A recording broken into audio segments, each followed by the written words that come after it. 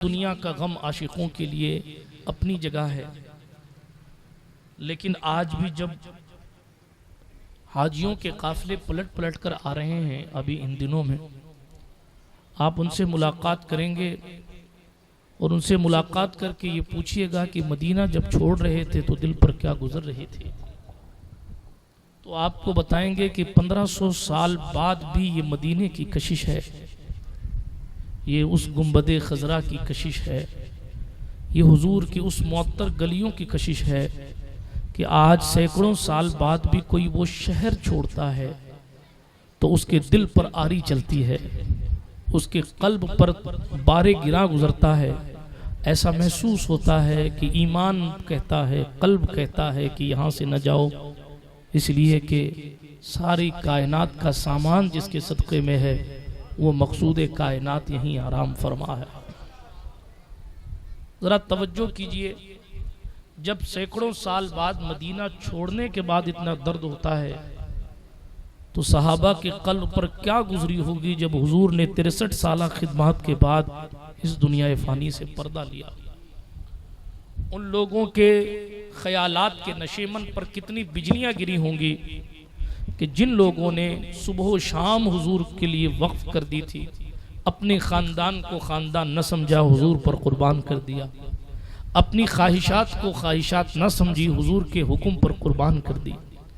ہاں، کئی ایسے تھے جنہوں نے اپنے گھروں کو حضور کے لیے چھوڑ دیا، کئی ایسے تھے جنہوں نے اپنے بیٹوں کو حضور کے لیے چھوڑ دیا، کئی ایسے تھے جنہوں نے اپنے ماں باپ کو حضور کے لیے چھوڑ دیا، کئی ایسے تھے جن کے چچا نے ان کی پرورش بہت اچھی کی تھی اور وہ بہت بڑے سیٹھ مانے جاتے تھے، مگر ان کی زندگی میں وہ دن بھی آیا کہ چچا نے مسلمان ہونے کے سبب ان کے بدن کے کپڑے بھی کھینچ لیے، لیکن وہ ٹاٹ پہن کر بھی مدینہ مصطفیٰ میں آ گئے، جن کو عبداللہ ذو البجادین کہا جاتا ہے۔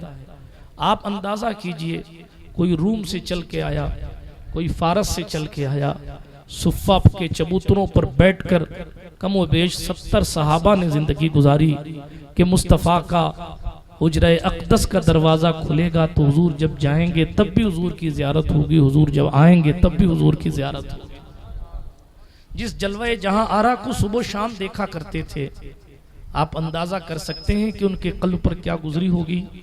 ہمارے لیے اور آپ کے لیے یہ بہت بڑا لمحہ فکریہ ہے۔ دنیا کا کوئی بھی غم کیا حضور کی جدائی سے بڑا ہو سکتا ہے؟ جس نبی کی آمد کا انتظار اس چاند نے صدیوں تک کیا تھا، جس نبی کی تشریف آوری کا انتظار اس سورج نے صدیوں تک کیا تھا، انبیاء سابقین نے جن کے آنے کے قصیدے پڑھے تھے، آج وہ ماہ تمام، آج وہ نبوت کا سورج روپوش ہونے جا رہا ہے۔ اللہ اکبر۔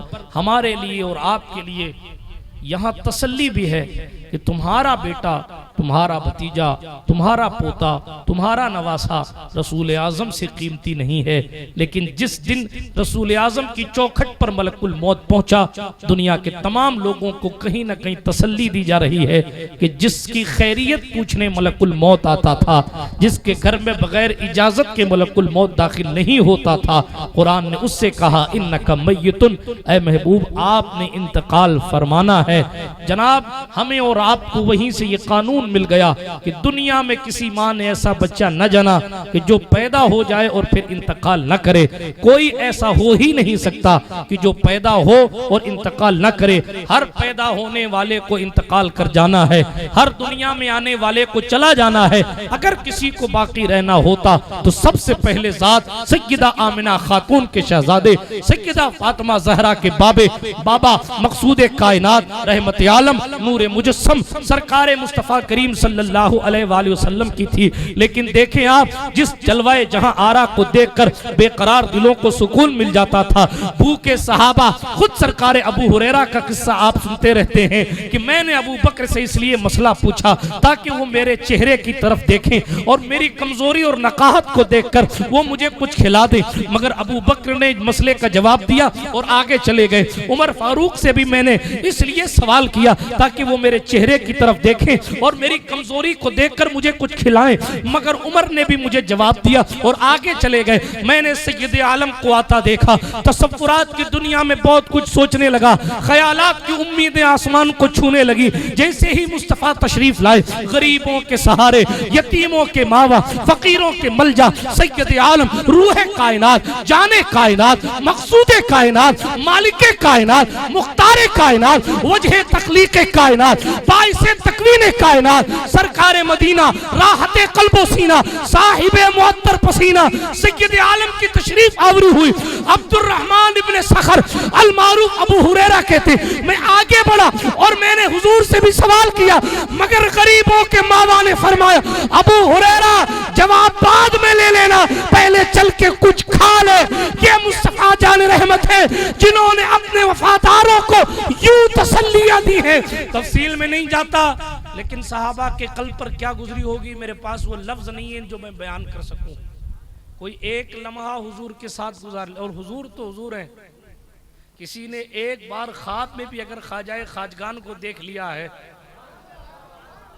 پھر عطائے رسول کو دیکھنے کے بعد اس کے قدم چاہ کے بھی برائیوں کی طرف نہیں جاتے، کیونکہ اس کا ایمان حیا دلاتا ہے تجھے عطائے رسول کی زیارت ہو گئی، اب بھی تیرے قدم بہک سکتے ہیں۔ اللہ اکبر! جن لوگوں نے غریب نواز کو دیکھا وہ حمید الدین سلطان التارکین بنے ہیں، دنیا کو پیچھے چھوڑا ہے اور اپنے ترک و تجرید سے بادشاہ شمس الدین التمش کو بھی گھٹنے پر آنے پر مجبور کر دیا ہے۔ بڑے بڑے ولیوں نے جس کی چوکھٹ کو سلامی دی اور انہوں نے اعلان عام کیا، درویش نہ آست کے مشہور جہاست، درویش آست کے بے نام و نشاست۔ میں عرض کرتا ہوں عطائے رسول کو دیکھنے والوں کی شان یہ ہے،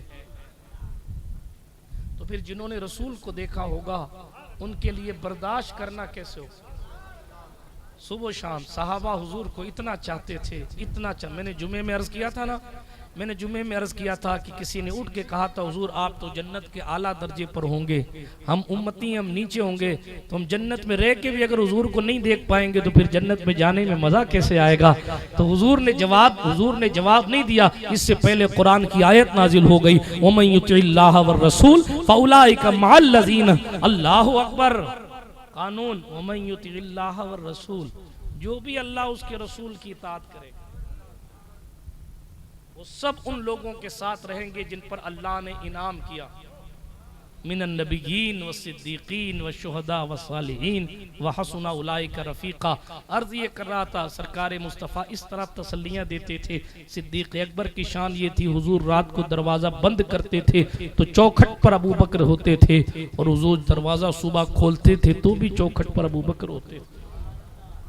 جس جماعت نے ٹوٹ کے حضور سے پیار کیا، آخر مولا حسین کی پیدائش بھی پڑھتا چلو۔ شعبان کے مہینے کی 5 تاریخ 4 ہجری کو سیدہ طیبہ طاہرہ عابدہ زاہدہ راکعہ صائمہ ساجدہ تقیہ نقیہ زکیہ حضرت فاطمہ زہرہ سلام اللہ علیہا والا ابیہا کثیرن کثیرہ کے گھر آپ کے بطن اقدس سے صرف 6 مہینے کی قلیل مدت میں ایک شہزادہ پیدا ہوا۔ ڈاکٹرز کہتے ہیں جو 6 مہینے میں بچہ پیدا ہوتا ہے وہ جیتا نہیں ہے، مگر حسین اعظم 6 مہینے میں وہ جینے والے بچے ہیں جنہوں نے اسلام کو قیامت تک کے لیے زندہ کر دیا۔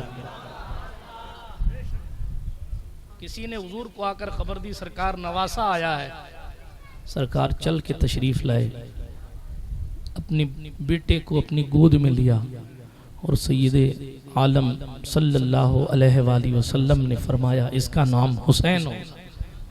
نام حضور نے رکھا ایسا انفرادی نام کہ ان سے پہلے کسی کا نام حسین تھا ہی نہیں، ہاں، اور ان کے بعد گھر گھر میں حسین پائے جاتے ہیں۔ کیا شان اور کیا عظمت مولا حسین کی بیان کی جائے۔ ان کو تو پیدائشی اتنی عظمت حاصل تھی کہ ان کو کھیلنے کے لیے حضرت فاطمہ زہرہ کی گود ملی تھی، علی حیدر کرار کا سینہ ملا تھا، حضور علیہ السلام کی پشت انور ملی تھی، ہاں، جس کے لیے ابو بکر کھڑے ہو کر جلدی سے گود میں لے لیتے تھے، جس کے لیے عمر اپنے منبر چھوڑ دیتے تھے، اس حسین کو تو بچپن میں ہی اللہ نے ہزاروں نعمتیں دے دی تھیں، ان کی برابری کون کر سکتا ہے؟ اس لیے اس موضوع پر تو تقریر بھی نہیں ہونی چاہیے کہ حسین کا یزید سے کیا مقابلہ، ہرگز نہیں جناب۔ کوسوں دور بھی چلے جائیں تو یزید کا تصور بھی ان لوگوں کے دلوں میں آئے گا جن کے دلوں میں کینہ ہے۔ ہم حسینی ہیں، ہمارے ہاں ببانگ دوحل کہا جاتا ہے، ظلم بے شک مزید ہو جائے، بچہ بچہ شہید ہو جائے، ہم حسینی تھے، حسینی ہی رہیں گے، چاہے ساری دنیا یزید ہو جائے۔ سرکار مولا حسین کی ولادت ہوئی، حضور نے اذان دی، نام رکھا، سبحان اللہ۔ کیا بتاؤں، بس ولادت پڑھ کے آگے نکلتا ہوں، چونکہ میں نے عرض کیا کہ میں آج حضور کا وصال پڑھنا چاہتا ہوں۔ سرکار مصطفیٰ کریم علیہ السلام کی عمر مبارک، سرکار حسین پاک کی عمر مبارک حضور علیہ السلام کے وصال کے وقت تقریباً 7 سال کی تھی یا 7.5۔ 20، 22 یا 28 سفر کو حضور علیہ السلام مدینے کے قبرستان جنت البقیع میں تشریف فرماؤ، اور بقیع والوں کے لیے سرکار نے دعا کی۔ یوں تو حضور نے اشارہ حج میں ہی دے دیا تھا، حج کے دنوں میں اشارہ دے دیا تھا۔ جب خطبہ حجۃ الوداع کے لیے سرکار نے خطبہ دیا تھا، اس وقت یہ بھی حضور نے شروعات میں ہی فرمایا تھا، اس سال خطبہ سن لو، پتہ نہیں اگلے سال نہ سنایا جائے یا سنانے کے لیے نہ رہیں، ایسا جملہ پہلے سے اشارہ تھا۔ اور بھی بہت ساری اشارہ کنائے کی باتیں سرکار نے فرمائی تھی، لیکن واضح طور پر صحابہ کو نہیں پتا تھا کہ دین کی تکمیل ہو چکی ہے، اب بانی دین اس دنیا فانی سے تشریف لے جائیں گے۔ 20، 22 یا 28 سفر المظفر کو الگ الگ روایات ہیں۔ جنت البقیع شریف میں حاضری دینے کے بعد حضور علیہ تحیۃ والثناء پر بیماری غالب ہوئی۔ اللہ کے نبی صلی اللہ تعالیٰ علیہ وسلم پر بخار کی اتنی کیفیت غالب ہوئی، غالباً سرکار انس ابن مالک تھے، وہ کہتے میں نے حضور کے دست اقدس پر اپنا ہاتھ رکھا تو میرا ہاتھ جلنے لگا، حضور کی وجود پر اتنا بخار غالب تھا۔ میں نے عرض کیا حضور اتنی تپش؟ فرمایا ہاں انس، جتنا عام آدمی کو تکلیف دی جاتی ہے بخار سے، اس کا دگنا ہم کو دی جا رہی ہے۔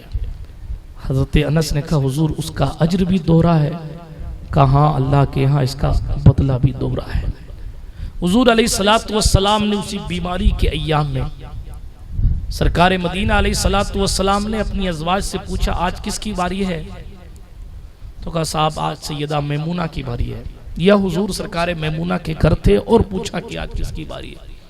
سرکار فاطمہ زہرا نے ازواج مطہرات سے کہا میرے بابا کی طبیعت ٹھیک نہیں ہے، اب آپ اپنی اپنی باریوں کو معاف کریں، اور حضور علیہ السلام ام المومنین عائشہ صدیقہ کے گھر آرام فرمانا چاہتے ہیں، تو حضور علیہ السلام کو یہ اجازت دیں کہ آپ سرکار عائشہ کے گھر رہیں۔ تو سرکاران ازواج مطہرات نے پیغمبر انسانیت صلی اللہ علیہ وآلہ وسلم سے عرض کیا حضور آپ حجرہ عائشہ میں تشریف فرماؤ۔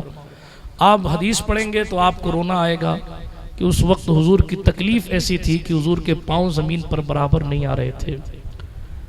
روایت میں آتا ہے کہ ایک طرف سے حضرت مولا علی اور دوسری طرف سے سرکار فضل ابن عباس یا خود حضرت عباس نے آپ کو سہارا دیا ہوا تھا، اور حضور علیہ السلام کو حجرہ عائشہ صدیقہ تک لے جایا جا رہا تھا، تو زمین پر حضور کے پاؤں مبارک صلی اللہ علیہ وسلم بظاہر گھسٹتے نظر آ رہے تھے۔ ایک خاتون نے آ کر پوچھا سرکار کس چیز کی تکلیف ہے؟ حضور نے فرمایا وہ جو ایک یہودی کا بھونا ہوا بکرا جس میں زہر ملا کے دیا گیا تھا، بشر نے بھی کھایا تھا اور میں نے بھی کھایا تھا، بشر تو شہید ہو گیا تھا مگر مجھے اس زہر کی تاثیر زندگی میں تکلیف دیتی ہے، اور اب لگتا ہے کہ اسی زہر کے اثر سے میں اس دنیا فانی سے کوچ کر جاؤں گا۔ اس وقت زہر نے اثر نہیں کیا، یہ حضور کا معجزہ تھا، مگر علماء نے یہ بھی لکھا ہے اسی زہر کی تاثیر سے حضور کا وصال ہوا، اسی لیے شہادت جیسا عظیم مرتبہ بھی حضور کے اوصاف میں شامل ہے۔ سید عالم صلی اللہ علیہ وسلم کی خدمت میں لوگوں کا آنا جانا لگا رہا اور حضور وصیت فرماتے رہے، نصیحتیں فرماتے رہے۔ بہت ساری باتیں ہیں، چھوڑ کر آگے گزرتا ہوں۔ حضرت بلال حبشی کو حضور نے بلایا، ذرا دل تھام کے سنیے گا۔ اور سیدنا بلال حبشی کو بلا کے کہا، بلال جاؤ مدینے کے بازار میں اعلان کر دو، میں نے بلوایا ہے، آج ہماری آخری وصیت اور آخری نصیحت سن لو اور سب کو کہہ دو کہ بازار میں جمع ہو جائیں۔ حضور علیہ السلام کی طرف سے یہ پیغام جب بلال حبشی نے پہنچایا تو لوگ اپنے گھروں کے دروازے کھلے چھوڑ کر اور اپنی دکانیں خالی چھوڑ کر دوڑتے ہوئے مسجد نبوی میں آئے۔ پیغمبر انسانیت کی کیفیت ایسی تھی کہ بخار شدت کیے ہوئے تھا، سر میں درد سخت تھا، اس لیے حضور علیہ السلام نے سر پر پٹی باندھی ہوئی تھی۔ اور پھر حضور علیہ السلام انہی دو مقدس شخصیات کا سہارا لیے ہوئے، ایک طرف مولا علی ہیں، دوسری طرف خود حضرت عباس ہیں، بعض روایت کے مطابق، بعض کے مطابق فضل ابن عباس، دونوں کا سہارا لے کر آج مقصود کائنات آخری بار مسجد نبوی شریف میں آ رہے ہیں، جس مدینے کو ان کے قدم نے بیماریوں کے گھر سے دارالشفا بنایا تھا، جس مدینے میں ان کے قدموں کی برکت سے رونقیں تھیں، جس کی نگاہ ناز نے ابو بکر و عثمان و علی تیار کیے تھے، رشک جنت جس نے مدینے کو بنایا تھا، یہودیوں کے کوڑے دان کو ہٹا کر مسجد نبوی کی تعمیر جس کی دیکھ ریکھ میں کروائی گئی تھی، آج وہ امام کائنات مسجد نبوی شریف میں آخری بار حاضر آ رہا ہے۔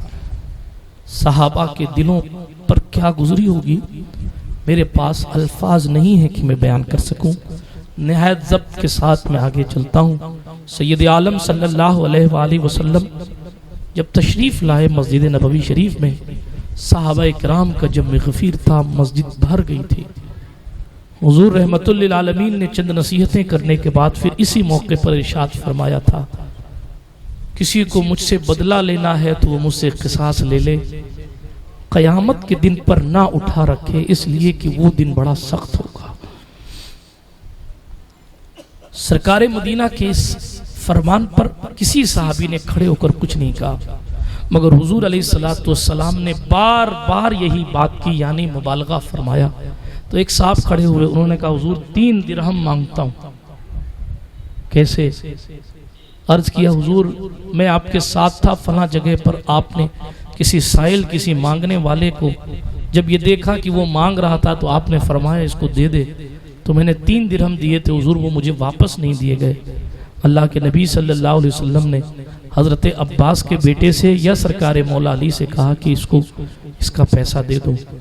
سرکار مصطفیٰ کریم نے بات اسی پر ختم نہیں کی، حضور نے پھر فرمایا کوئی ہے جو مجھ سے قصاص لینا چاہتا ہے، میں ناراض نہیں ہوں گا، میری طرف سے اللہ اس کو جزا دے گا۔ تم میں سے کوئی ہے جو کھڑا ہو جائے اور مجھ سے قصاص لے لے۔ حضرت عکاشہ کھڑے ہو کر کہنے لگے حضور آپ نے اتنا مبالغہ کیا ہے نا، اس لیے میں کہہ رہا ہوں، ورنہ میں نہیں کہتا۔ فلاں موقع پر آپ نے اپنی اونٹنی کو مارنے کے لیے تازیانہ کھینچا تھا نا، تو مجھے آ کے لگ گیا تھا، اب میں اس کا قصاص چاہتا ہوں۔ صحابہ کی چیخیں نکل گئی۔ جن لوگوں نے اپنا جان و دل حضور پر قربان کیا تھا، وہ کیسے برداشت کر سکتے تھے کہ ان کے سامنے کوئی حضور کو کوڑا مارے؟ صحابہ کرام رضوان اللہ تعالی علیہ مجمعین بے قرار ہو گئے۔ حضور علیہ السلام نے فرمایا عکاشہ تجھے یاد ہے وہ تازیانہ وہ کوڑا کیسا تھا؟ تو کہا ہاں وہ بیت کا تھا اور اس پر چمڑے کی اس طریقے سے نشانات بنے ہوئے تھے۔ حضور علیہ السلام پہچان گئے، فرمایا سلمان فارسی کھڑے ہو جاؤ، وہ کوڑا وہ تازیانہ فاطمہ کے گھر رکھا ہوا ہے، جاؤ مانگ لاؤ۔ سرکار سلمان فارسی کھڑے ہو گئے اور صحابہ کی آنکھیں اشک بار ہیں۔ حکم رسالت سن کر سیدہ کی دہلیز پر سرکار سلمان فارسی پہنچے، دروازے پر دستک دے کر کوڑا مانگا نا تو سیدہ سلام اللہ علیہ پلٹ کر فرمایا سلمان میرے بابا تو بخار کی شدت میں وہ سواری پر سوار نہیں ہو سکتے ہیں، وہ کوڑے کا کیا کریں گے؟ سرکار سلمان نے کہا بی بی زہرا ایسا ایسا واقعہ پیش آیا ہے، اور ایک شخص حضور سے بدلہ لینا چاہتا ہے۔ سیدہ کی آنکھیں اشک بار ہوئی، برراتی ہوئی آواز میں فرمایا سلمان، کوئی اور نہیں ہے جو حضور کی طرف سے اس قصاص کو ادا کر دے؟ میرے بابا پر کمزوری غالب ہے، تم دیکھ رہے ہو کہ وہ زمین پر چلتے ہیں تو کسی کے سہارے سے چلتے ہیں، ان کا وجود کوڑا برداشت کرنے کی کیفیت میں نہیں ہے۔ حضرت سلمان فارسی نے کہا میں حکم رسالت کا پابند ہوں سیدہ، مجھے اجازت دیں۔ حسنین کریمین آئے تو سیدہ نے دوڑایا ان کو مسجد نبوی کی طرف، جاؤ نواسوں، اپنے نانا کی جان کے ٹکڑوں جاؤ۔ ایک شخص نے کھڑے ہو کر حضور علیہ السلام سے قصاص لینے کی بات کی، تم ایک کوڑے کے بدلے 100 تازیانے کھا لینا، مگر نانا کی وجود ناز پر کوڑے نہ لگنے دینا۔ حضرات حسنین کریمین مسجد نبوی شریف میں پہنچنے کے لیے نکل پڑے۔ ادھر جب کوڑا آ گیا تو صحابہ کے پھر چیخ نکل گئی، ایک سے بڑھ کر ایک صحابی کھڑے ہوئے اور عکاشہ سے جا کے کہتے تھے مجھے ایک کے بجائے 10 کوڑے مار لے، مگر حضور کے وجود اطہر پر تو یہ سب نہ کر۔ مگر حضور سمجھاتے جاتے تھے کہ نہیں، جب حق مجھ پر ہے تو قصاص میں ہی ادا کروں گا، تم قصاص نہیں ادا کر سکتے ہو۔ صحابہ کو چپ کرا کے حضور نے بیٹھایا ہی تھا کہ امام حسن اور امام حسین کی آمد ہو گئی۔ ان ننھے بچوں کو دیکھ کر صحابہ کرام پھر تڑپ گئے۔ جب انہوں نے آ کے کہا کہ ہم نے سنا ہے کہ کوئی نانا سے قصاص دینا چاہتا ہے، ہماری پیٹھ تیار ہے، علی کے بیٹے اپنے نانا کے لیے کوڑے کھانے کو تیار ہیں، گرچہ ان کی پرورش بڑے ہی ناز و نعمت کے ساتھ ہوئی تھی، ان کے لیے جنت سے اللہ جل وعلا جوڑے بھیجا کرتا تھا، ان کے لیے اللہ سبحانہ وتعالی نے ان کی تختی کے فیصلے کے لیے کس شان کے ساتھ فیصلہ فرمایا، یہ ہم اور آپ سنتے رہتے ہیں۔ اتنی عظمتوں کے حامل لوگ تو وہاں پہنچے۔ صحابہ کرام نے عکاشہ کو بہت سمجھایا مگر وہ نہیں مانے۔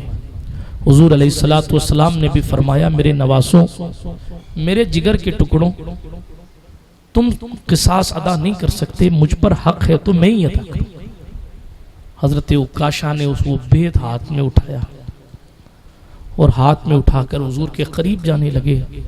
میں کن الفاظ میں بیان کروں کہ صحابہ کی کیفیت کیا رہی ہوگی، جنہوں نے ابو جہل کو ختم کر دیا حضور کی طرف نگاہ بد اٹھانے کی وجہ سے، جن لوگوں نے احد کی سرزمین میں 700 ہونے کے باوجود بھی 3000 کو دوڑا دیا، جن لوگوں نے خالد بن ولید خاندانی جو ہے وہ ماہر ترین سپہ سالار کو سوچ میں ڈال دیا، جن لوگوں نے پوری دنیا کو اس بات پر سوچنے پر مجبور کر دیا، بلکہ یہ کہنے پر مجبور کر دیا یہودیوں کو، اور یہ کہنے پر مجبور کر دیا اس لشکر کو دیکھنے والوں کو کہ یہ محمد عربی کے سپاہی ہیں، یہ اپنے محبوب کا تھوک بھی زمین پر نہیں گرنے دیتے، ان کے وضو کا پانی بھی زمین پر گرنے نہیں دیتے۔ جو لوگ وضو کا پانی زمین پر گرنے نہیں دیتے، وہ لوگ حضور کو کوڑا کھاتے ہوئے کیسے دیکھ سکتے تھے؟ میرے پاس الفاظ نہیں ہے کہ میں صحابہ کی کیفیت بیان کروں، نہ میری اوقات ہے، اس لیے کہ ان جیسا عشق کون لا سکتا ہے؟ وہ تو وہی تھے جانو دل تیرے قدم پر وارے، کیا نصیبیں ہیں تیرے یاروں کے، ہاں صدق و عدل و کرم و ہمت میں 400 شہرے ہیں ان چاروں کے، ذرے جھڑ کر تیری پیزاروں کے تاجے سر بنتے ہیں سیاروں کے، جس کے پاؤں سے جھڑے ہوئے ذروں کی شان یہ ہے، اس کے وجود پر کوڑا مارنا، تازیانہ مارنا، اللہ الصمد۔ مگر سرکار مصطفیٰ کریم علیہ السلام نے فرمایا عکاشہ اپنا قصاص پورا کرو۔ حضرت عکاشہ بید لے کر جیسے ہی آگے بڑھے، عرض کیا حضور اس وقت میری پیٹھ ننگی تھی۔ صحابہ نے کہا عکاشہ تو کلمہ حضور کا پڑھتا ہے نا، کیا ہو گیا تجھے، کیسی باتیں کر رہا ہے، تو حضور سے قصاص لے گا؟ حضرت عکاشہ نے جیسے ہی کہا، حضور نے اپنی چادر رحمت کو ہٹایا، بغیر کسی توقف کے ہٹایا۔ جس کے تلووں کو جبریل چومتا ہے، وہ نظام کائنات بنانے کے لیے، دنیا کو انصاف کا نظام دینے کے لیے کس دہلیز تک جا رہا ہے؟ آج ہمارے یہاں قانون بدل جاتے ہیں کہ صاحب یہ صدر صاحب کا، سیٹھ صاحب کا، سید صاحب کا، پیر صاحب کا مسئلہ ہے اس لیے حکم ہلکا ہو جائے۔ میں پوچھتا ہوں حضور سے زیادہ پروٹوکول کسی کا ہے؟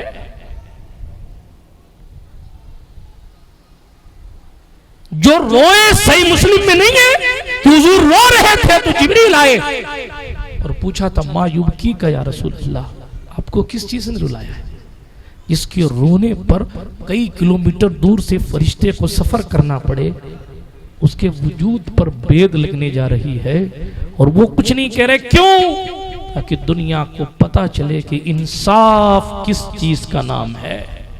سید عالم صلی اللہ علیہ وآلہ وسلم کے قریب حضرت عکاشہ جب پہنچے، حضور علیہ السلام نے جیسے ہی اپنی چادر انور کو ہٹایا ہے، آپ نے سنا کہ سرکار مصطفیٰ کریم کی مہر نبوت کی زیارت ہوئی۔ عکاشہ نے بید پھینکا، چھلانگ لگائی اور پیغمبر انسانیت کی پشت انور سے چمٹ گئے۔ کہا حضور آپ کی کیفیت دیکھی نہیں جاتی، ایسا محسوس ہوتا ہے کہ آپ اس دنیا فانی سے جانے والے ہیں۔ میں یوں تو نہیں کہہ سکتا تھا کہ آپ اپنے وجود ناز کو میرے وجود سے مس کریں، نہ جانے آپ سے کب ملاقات ہو نہ ہو، اس لیے آج زندگی کے اس لمحے میں آپ کے وجود ناز سے چمٹ جانا چاہتا ہوں تاکہ میرا وجود بھی خوشبودار ہو جائے اور میرے وجود پر جہنم کی آگ حرام ہو جائے اور میرے لیے یہ شرف کی بات ہو جائے کہ حضور کے وفاداروں میں کوئی ایسا بھی ہے جو مصطفیٰ کی مہر نبوت سے لپٹ کر حضور کو چوما کرتا۔ صحابہ کرام رضوان اللہ تعالی علیہم اجمعین جو عکاشہ کو جلال دکھا رہے تھے، انہوں نے سینے سے لگا لیا، عکاشہ مبارک ہو، جو شرف تجھے ملا ہے وہ تو ہمیں نہیں مل پایا۔ اللہ اکبر۔ سرکار مصطفیٰ کریم علیہ السلام نے اور بھی کچھ نصیحتیں وصیتیں فرمائیں اور اس کے بعد حضور علیہ السلام حجرہ انور میں چلے گئے۔ یہ آخری دن تھا۔ سرکار بلال کی عادت تھی نماز کا وقت ہو جاتا تو وہ حضور کو اذان کے بعد جگانے آتے تھے۔ ایک دن آئے تو سرکار سے کہا الصلاۃ یا رسول اللہ۔ حضور پر غشی طاری تھی، ہوش میں نہیں تھے، بظاہر غشی طاری۔ دوبارہ کہا، تیبارہ کہا، سرکار کی طرف سے کوئی جواب نہیں آیا نہ تو روتے ہوئے سرکار بلال مسجد میں آ گئے۔ سرکار ابو بکر کو کہا، کس جگر سے ابو بکر نے نماز پڑھائی ہوگی وہ ابو بکر ہی جان سکتے ہیں۔ جب ان کو بلال حبشی نے کہا ہوگا کہ میں نے حضور سے کو پکارا ہے، ایک پکار پر بار بار جواب دینے والی ذات آج بار بار پکارنے پر بھی جواب نہیں دے پا رہی ہے۔ سرکار مدینہ صلی اللہ علیہ وسلم نے اپنے آخری لمحات میں، روایات بہت زیادہ ہیں، میں اختصار کر رہا ہوں، سرکار مولا علی کو فرمایا کہ علی کو بلواؤ۔ تو حضور نے پھر مولا کائنات سے کچھ باتیں کی۔ پھر حضور سرکار مصطفیٰ کریم علیہ السلام نے فرمایا فاطمہ کو بلواؤ۔ تو سرکار فاطمہ زہرا بارگاہ رسالت مآب میں ام المومنین عائشہ صدیقہ کہتی ہیں کہ حضور کے پاس سیدہ آ کے بیٹھی، حضور نے اپنے دائیں پہلو میں یا بائیں پہلو میں سیدہ کو بٹھایا۔ آپ سنتے ہیں کہ حضور سرکار مدینہ کی خدمت میں جب جب سیدہ آتی تھی نا تو حضور کھڑے ہو جاتے تھے، سیدہ کے ہاتھ کو چومتے تھے حضور، سیدہ حضور کے ہاتھ کو چومتی تھی اور مصطفیٰ کریم علیہ السلام سیدہ کا ہاتھ چوم کر انہیں اپنے پاس بٹھا لیتے تھے، اپنی جگہ بٹھا لیتے تھے۔ مگر آج حضور کو کھڑے ہونے کی کیفیت نہیں ہے۔ سیدہ آئیں، حضور نے اشارہ فرمایا، ام المومنین عائشہ صدیقہ کہتی ہیں دائیں پہلو میں یا بائیں پہلو میں اپنے پاس بٹھایا حضور نے۔ عائشہ صدیقہ کہتی ہیں حضور نے کچھ کہا ہے فاطمہ کو، تو فاطمہ رونے لگی۔ کچھ ہی لمحے بعد حضور نے پھر کچھ کہا فاطمہ کو، تو فاطمہ کے لبوں پر مسکراہٹ آ گئی۔ عائشہ صدیقہ میری ماں فرماتی، میں نے پوچھا فاطمہ میں نے خوشی اور غم کو اتنے قریب نہیں دیکھا، ابھی تو رو رہی تھی، ابھی مسکرا رہی ہیں۔ سرکار زہرا پاک نے کہا کہ یہ میرے بابا کا راز ہے، میں آپ سے فاش ابھی نہیں کرنا چاہتی۔ یہ کہہ کر سیدہ چلی گئی۔ ام المومنین کہتی مجھے اس وقت تک نہیں پتا تھا کہ حضور نے زہرا کو کیا کہا۔ آپ اندازہ کر سکتے ہیں اس روایت سے کہ وہ کتنی بڑی رازدار ہیں حضور کے۔ کیا شان سیدہ کو اللہ نے عطا فرمائی ہے کہ حضور نے فرمایا ہے یہ میرے جگر کا ٹکڑا ہے، فاطمہ تو قلبی، فاطمہ میرا دل ہے۔ حضور نے سیدہ فاطمہ کے والے سے فرمایا جس نے اس کو راضی کیا اس نے اللہ کو راضی کیا، جس نے اس کو ناراض کیا اس نے اللہ پاک کو ناراض کر دیا۔ حضور نے سیدہ پاک کے والے سے فرمایا یہ انسانی حور ہے، ہر قسم کی گندگی سے پاک ہے، یہی وجہ ہے کہ ظہر میں حسن پیدا ہوتے تھے اور عصر کی نماز سیدہ ادا کرتی تھی۔ یہ سیدہ فاطمہ زہرا ہیں جن کے گھر میں بے اجازت جبرائیل آتے نہیں۔ قدر والے جانتے ہیں قدر شان اہل بیت، مگر اس حدیث کا یہ لفظ بھی ہے، یہ مفہوم بھی ہے کہ سرکار ام المومنین نے فرمایا کہ حضور کے وصال کے بعد میں نے پوچھا تھا فاطمہ حضور نے کیا کہا تھا اس دن، تو سرکار زہرا کہنے لگیں میرے کریم مصطفیٰ نے میرے بابا نے فرمایا تھا فاطمہ اب میں اس دنیا فانی سے جا رہا ہوں، اور حضور علیہ السلام نے فرمایا تھا فاطمہ سب سے پہلے میری اہل بیت میں جو مجھ سے آ کر ملے گا وہ تم ہوگی۔ سرکار زہرا پاک کہتی ہیں روایات مختلف ہیں، میں اپنے انداز میں بیان کروں۔ پہلے جب سرکار نے فرمایا کہ فاطمہ اب میری ظاہری زندگی پوری ہو گئی، میں رفیق اعلیٰ کی طرف سفر کرنا چاہتا ہوں، قدرت نے بندے کو اختیار دیا کہ وہ دائمی زندگی لے لے یا اللہ کے پاس آئے، تو میں نے رفیق اعلیٰ کے پاس جانا اختیار کیا۔ سرکار فاطمہ الزہرا سلام اللہ علیہا وعلا ابیہا کثیرن کثیرہ سے فرمایا اب میں اس دنیا فانی سے جانے والا، تو سیدہ رونے لگیں۔ پھر حضور نے دو خوشخبریاں دیں، ایک فرمایا کہ فاطمہ رو مت، میرے گھر والوں میں سب سے پہلے جو مجھ سے آ کے ملے گا وہ تم ہوگی، اور پھر فرمایا فاطمہ چپ تو ہو جا، الا ترضین ان تکونی سیدۃ نساء العالمین، او کما قال علیہ السلام، اے فاطمہ چپ ہو جا، کیا تو اس بات پر راضی نہیں کہ دنیا میں جتنی عورتیں آئی ہیں ان تمام عورتوں کے سردار میں تجھے بنا کے جا رہا ہوں، تم سیدہ کائنات ہو۔ سیدہ کہتی ہیں اس بات پر میں مسکرا پڑی تھی۔ اللہ کے نبی صلی اللہ علیہ وآلہ وسلم کے قریب حسنین کریمین لائے گئے،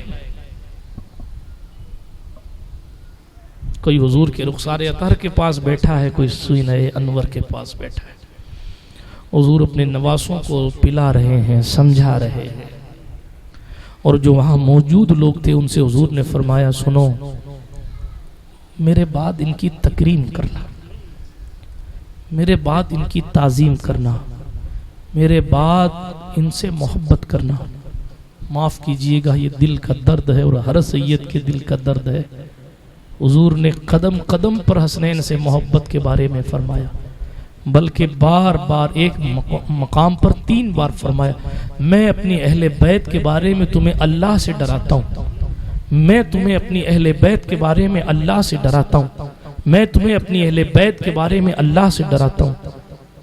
لیکن امت نے حسن کے ساتھ کیا کیا وہ بھی نگاہوں کے سامنے ہے، امت نے حسین کے ساتھ کیا کیا وہ بھی نگاہوں کے سامنے، امت نے زین العابدین کے ساتھ کیا کیا، محمد باقر کے ساتھ کیا کیا، جعفر صادق کے ساتھ کیا کیا، موسیٰ کاظم کے ساتھ کیا کیا، امت نے علی تقی کے ساتھ کیا کیا، علی نقی کے ساتھ کیا کیا، حسن عسکری کے ساتھ کیا کیا، یہ سب تاریخ میں درج ہے۔ اللہ کے نبی صلی اللہ علیہ وآلہ وسلم نے اپنے اہل بیت کو بہت ساری باتیں فرمائی۔ ام المومنین عائشہ صدیقہ کہتی میرے بھائی عبد الرحمن بن ابو بکر آئے تو ان کے ہاتھ میں مسواک تھی، حضور علیہ السلام کی سکت بول سکنے کی نہیں تھی، تو حضور نے آنکھوں سے مسواک کی طرف اشارہ فرمایا، عائشہ طاہرہ سمجھ گئیں کہ حضور کو مسواک چاہیے، تو حضور نے سرکار عائشہ صدیقہ نے مسواک لی، حضور علیہ السلام میں بظاہر چبانے کی طاقت وجود ناز سے قدرت نے واپس لے لی تھی، یا جو بھی اس کی شان کے لائق ہے، حضور کی بارگاہ ہے، میرے پاس جملے نہیں ہیں میں کون سا لفظ استعمال کروں، ہاں سرکار ہم گواروں میں طرز ادب کہاں، ہم کو تو بس تمیز یہی بھیک بھر کی ہے۔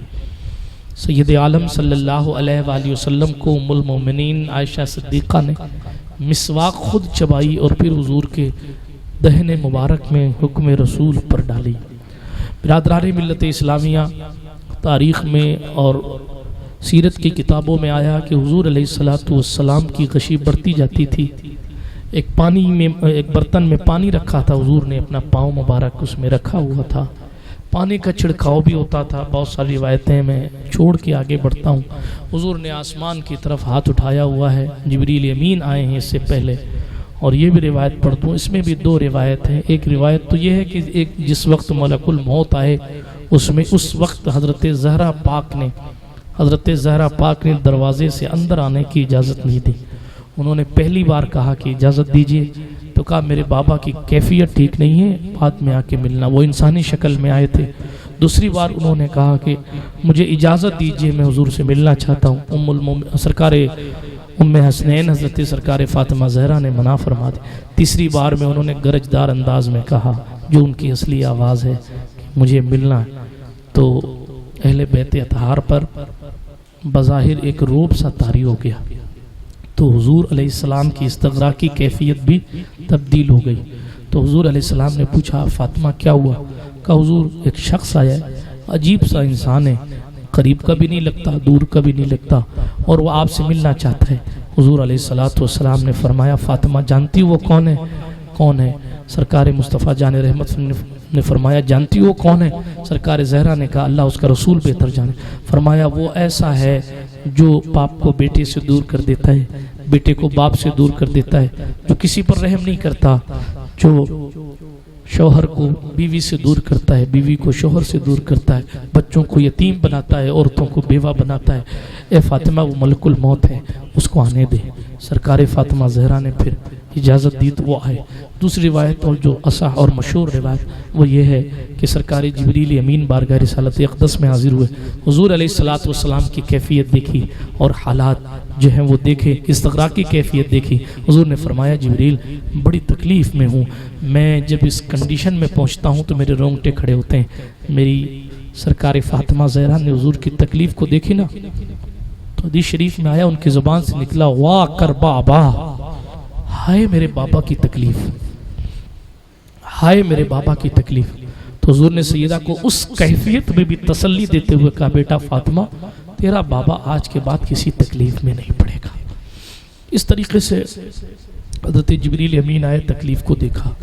حضرت طاہر سدرہ نے حضور علیہ السلام کی خدمت میں وقت گزارا۔ حضور نے فرمایا، جبریل کوئی ایسی بات بتاؤ جس سے قرار آئے۔ تو حضرت جبریل نے بہت سی باتیں کی، اس میں ایک بات یہ تھی، پہلے تو کچھ باتیں کی تو پوچھا، سرکار آپ کس حوالے سے سننا چاہتے ہیں؟ ہم نافرمان لوگ، ہم احسان فراموش لوگ اس بات پر غور کریں۔ حضور علیہ السلام نے اس کیفیت میں استغراق سے باہر آتی کہا، جبریل مجھے میری امت کے بارے میں بتاؤ کہ میرے بعد اس کا کیا ہوگا، اس کے لیے پریشان ہوں میں۔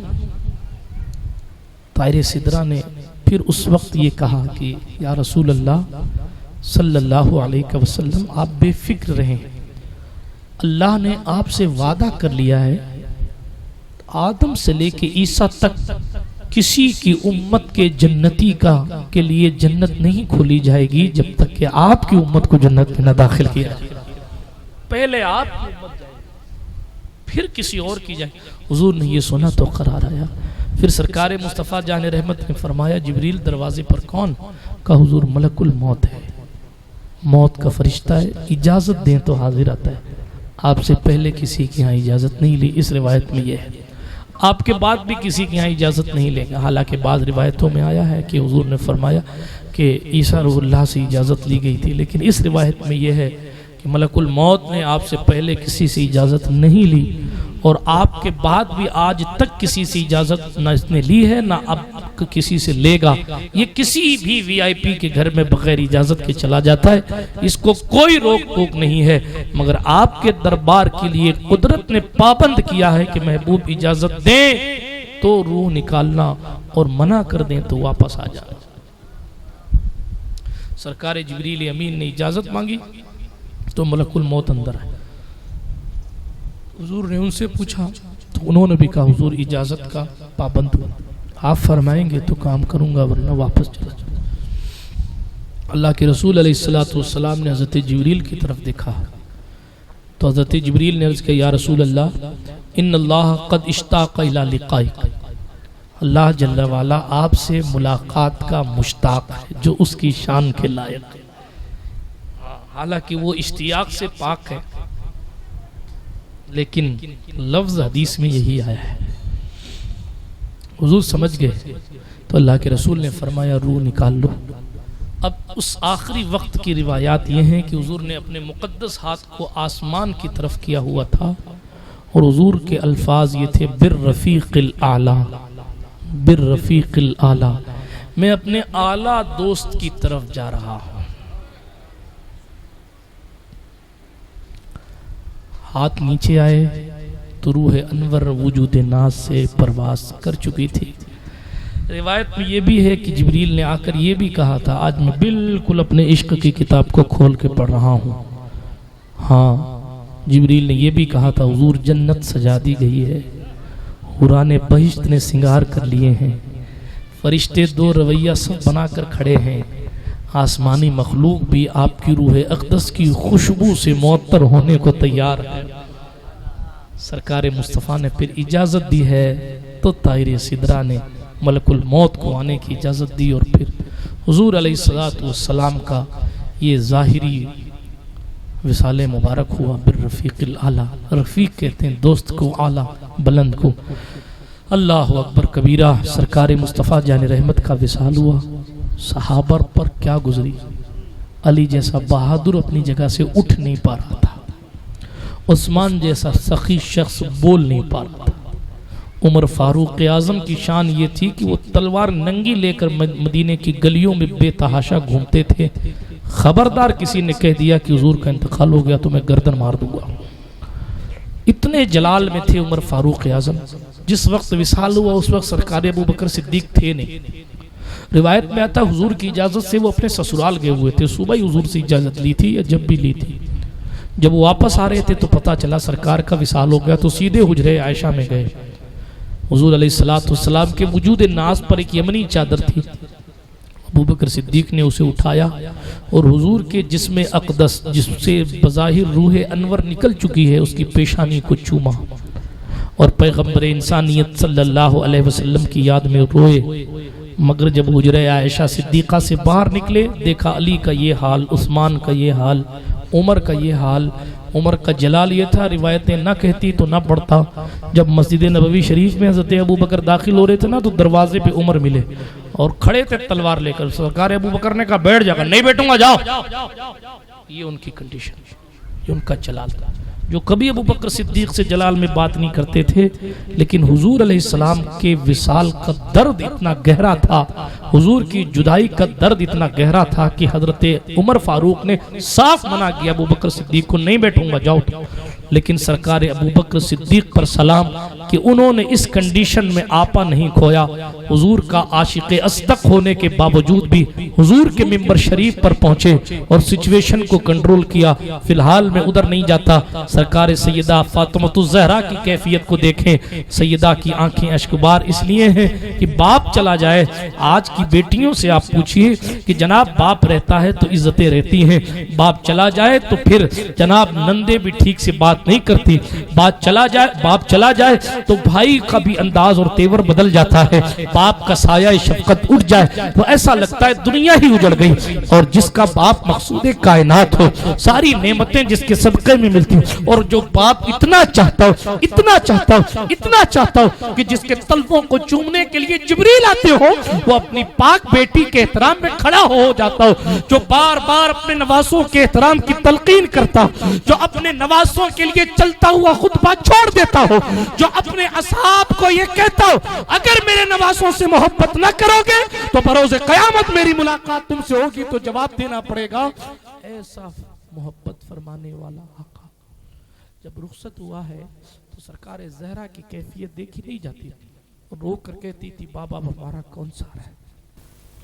اشعار ہیں عربی میں جو ہمیں پڑھائے بھی جاتے ہیں، 9 کے قاعدے میں کئی بار آتے ہیں، جس کا ترجمہ یہ ہوتا ہے، سرکار فاطمہ زہرا نے کہا جو مصیبتیں مجھ فاطمہ پر ڈالی گئی ہیں، اگر وہ دنوں پر ڈالی گئی ہوتی نا تو وہ رات ہو جاتے غم کی وجہ سے. جو مصیبت کا پہاڑ میرے دل پر ٹوٹا ہے، اگر وہ وہ مصیبت پہاڑ پر ٹوٹی ہوتی تو پہاڑ ریزہ ریزہ ہو جاتا. یہ حضور کے اس دنیا سے تشریف لے جانے کا غم تھا، سوگ نہیں تھا، غم تھا. سوگ اور غم میں فرق ہے.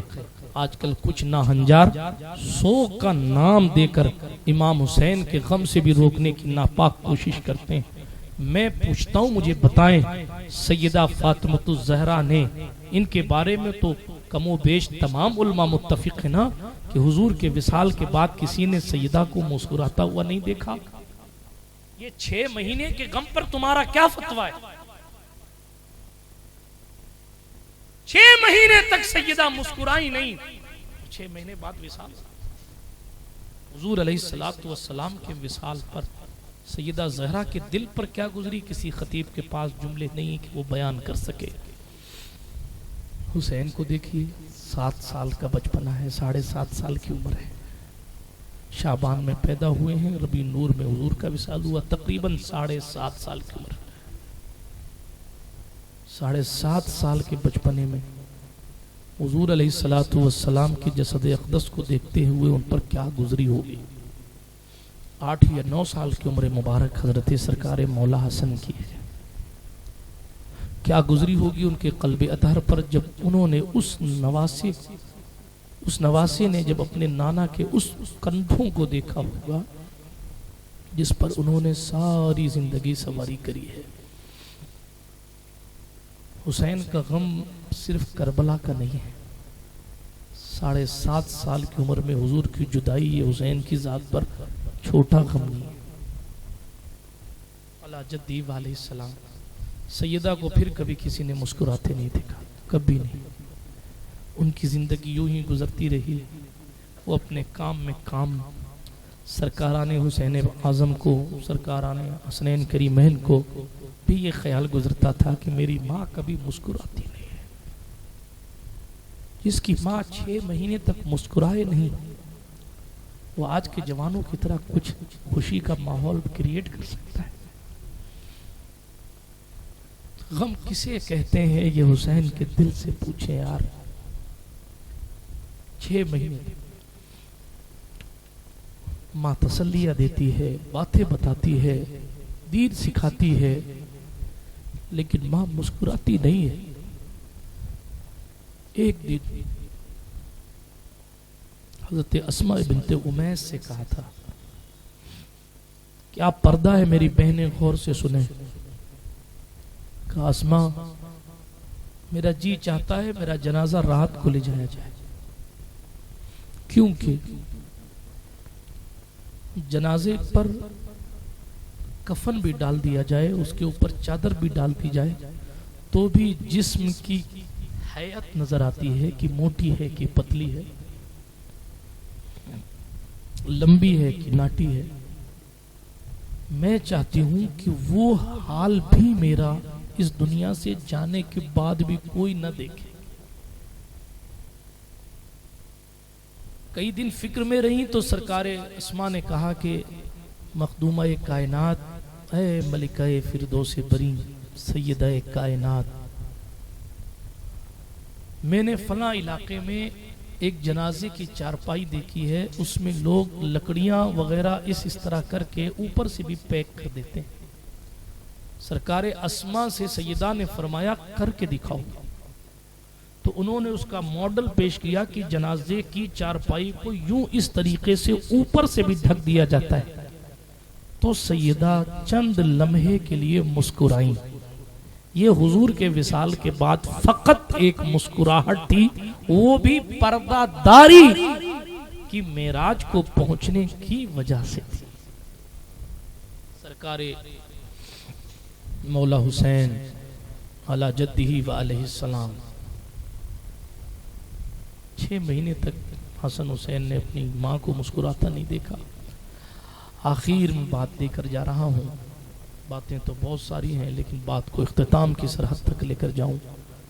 6 مہینے کے بعد ایک دن ایسا بھی آیا جو ربیع الاول شریف آیا تھا، تو بجائے بہاریں لینے کی حضور علیہ الصلوۃ والسلام کا وصال ہو گیا. اب ربیع الاخر گزر گیا، سیدہ نہیں مسکرائی، جمادی الاولیٰ اور جمادی الاخری بھی گزر گیا، سیدہ نہیں مسکرائی. رجب المرجب اور شعبان المعظم کے دن بھی گزر گئے، سیدہ نہیں مسکرائی. حسین اور حسن دونوں مقدس شہزادے صبح شام یہ خیال فرماتے تھے کہ وہ کب دن آئے گا کہ میری ماں کو ہم حشاش بشاش دیکھیں. رمضان مبارک آیا، حبر کرم بن کر چھایا، لیکن کسی کو کیا پتا تھا کہ یہ رمضان شریف اس بار بھی جدائی کا داغ دینے آیا ہے. 3 رمضان المبارک تھا. سیدہ نے اپنے شہزادوں کو تیار ہونے کے لیے کہا. آج کیفیت بدلی ہوئی تھی تو حسنین کریمین قمرین نیرین طیبین طاہرین نے سوچا اب میری ماں کی کیفیت بدل جائے گی، مگر قدرت کو کچھ اور منظور تھا. سیدہ نے اپنے ہاتھ سے کچھ پکایا، سیدنا مولا علی کو بلایا اور کہا علی، میرے بابا نے مجھ سے کہا تھا کہ میرے بعد سب سے پہلے میرے اہل بیت سے تم آ کر ملو گی. مجھے لگتا ہے اب میری اس دنیا فانی سے جانے کا وقت آ گیا ہے. علی، میرے بعد تم دوسرا نکاح کرو گے نا؟ سرکار مولا نے جواب نہ دیا. سرکار فاطمۃ الزہرا سلام اللہ علیہا نے پھر جواب دیا کہ علی، دوسرا نکاح کرنا تو پھر طاقتور اور بہادر خاندان کی کسی خاتون سے نکاح کرنا، تاکہ جب کربلا میں میرے بیٹے حسین کو ضرورت پیش آئے تو پھر آپ کی دوسرے بیٹے میرے بیٹوں کا ساتھ دے سکیں. سرکار مولا کائنات سے بہت ساری باتیں ہوئیں سیدہ کی، اور پھر اس کے بعد سیدہ سلام اللہ علیہا کا وصال ہو گیا. انا للہ و انا الیہ راجعون. استغفر اللہ تعالی ربی من کل ذنب واتوب الیہ، وآخر دعوانا ان الحمد للہ رب العالمین. السلام علیکم ورحمۃ اللہ.